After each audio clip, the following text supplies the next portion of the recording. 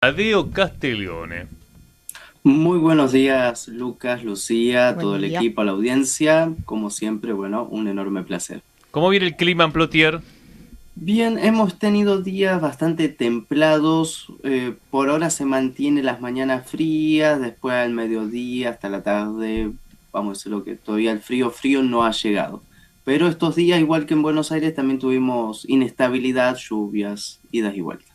Tadeo querido, Trump ha fracasado en su proyecto Libertad. ¿Cómo le gusta a los gringos, no?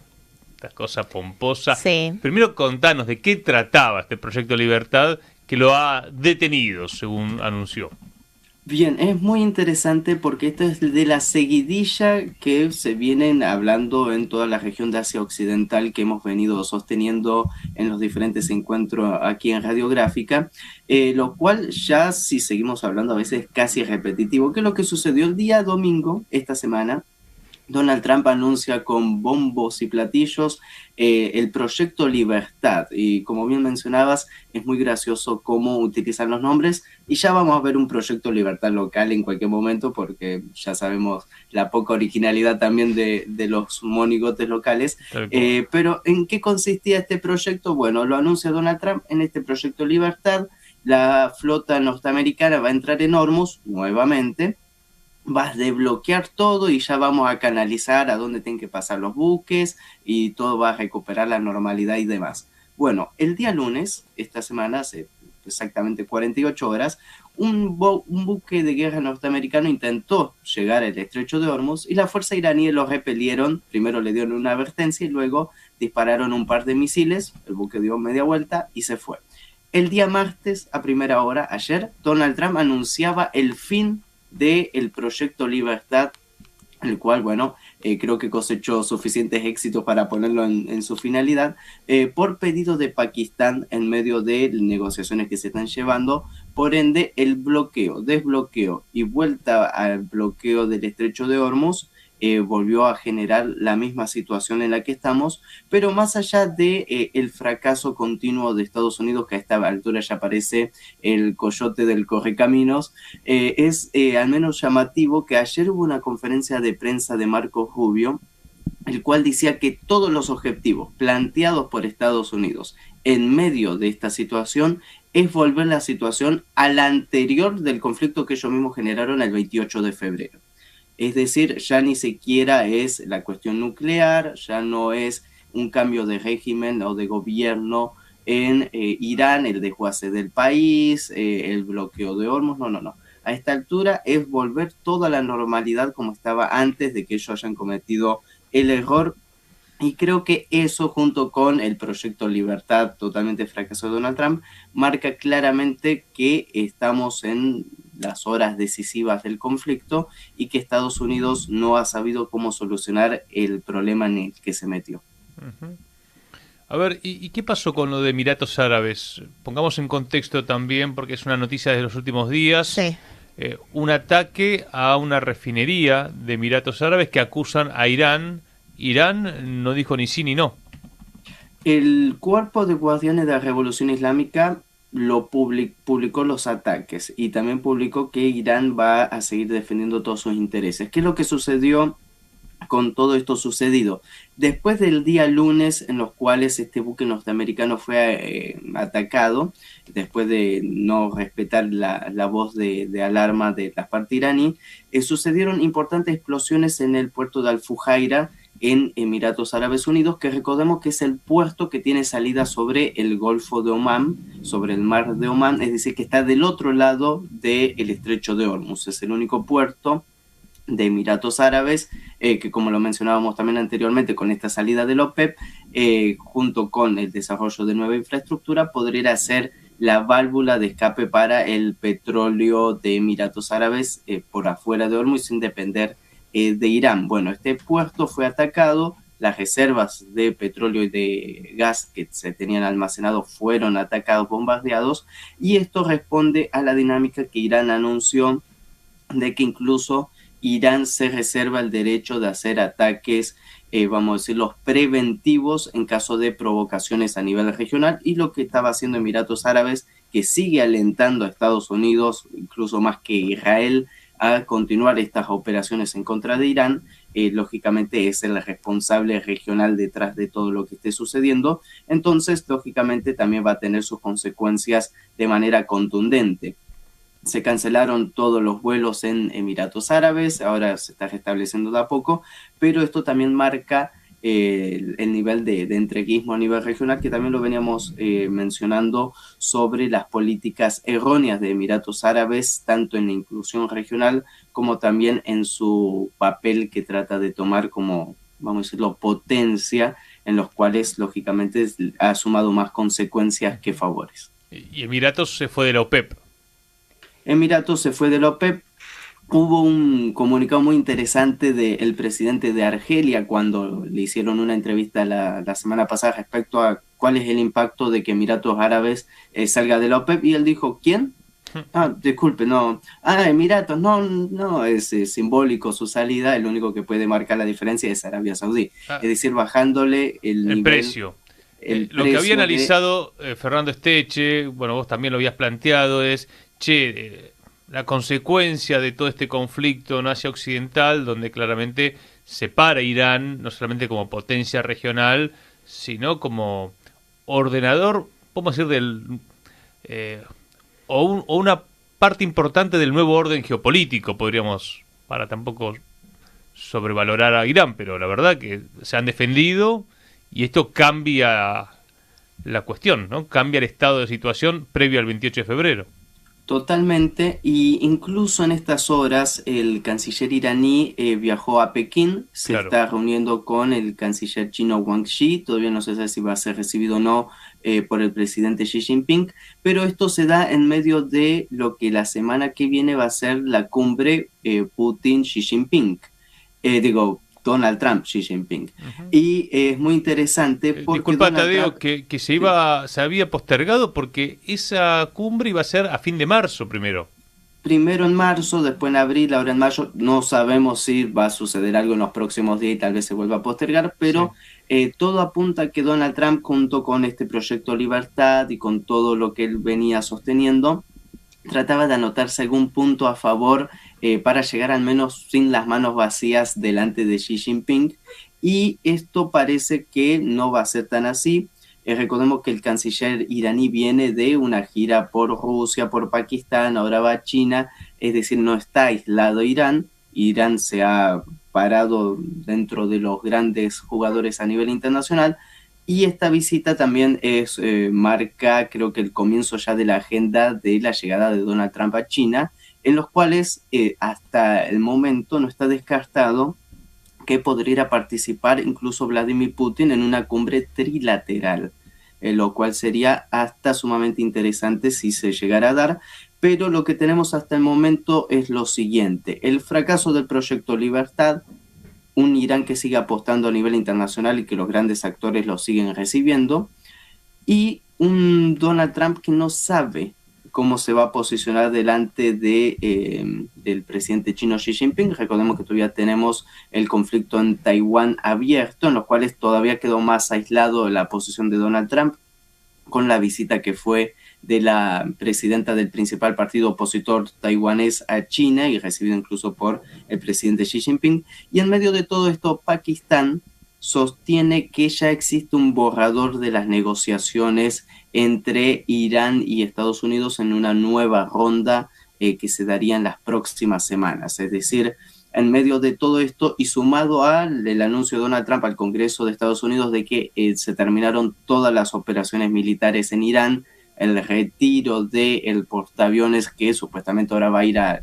liberar Cuba, entre comillas, todo esto nos tiene que dar de que estamos delante, veamos igual la evolución en los próximos días, pero que todo proyecta que Estados Unidos, bueno, lo que hemos venido sosteniendo desde la primera hora, fue totalmente derrotado en el escenario del Golfo Pérsico. Tadeo, con esa calma que tenés, nos tiraste munición gruesa. Nos tiraste como título que puede haber una reunión trilateral Trump, Putin, Xi Jinping. Si eso sucede, digamos, quiero saber todo lo que se va a discutir, no sé. ¿Eso qué sería? ¿La semana que viene? ¿Es una posibilidad, una hipótesis?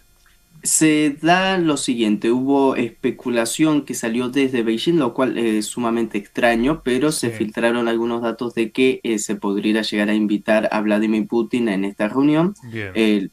Lógicamente el peso que tendría sería muy importante y a la misma vez hay algunas otras cuestiones que hay que analizar porque justo la semana que viene tenemos la reunión de los cancilleres del BRICS en la India.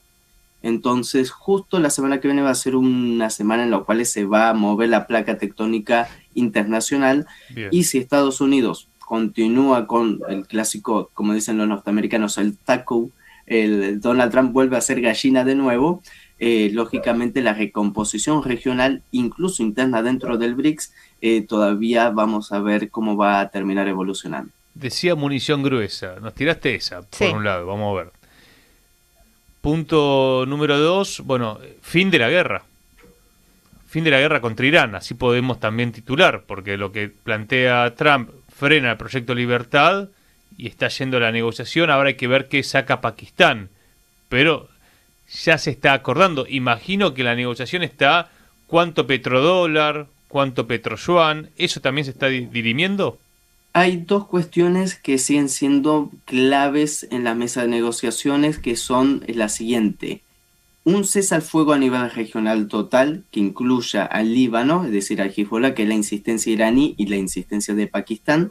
Y por el otro lado es cómo va a quedar el estatus del estrecho de Hormuz.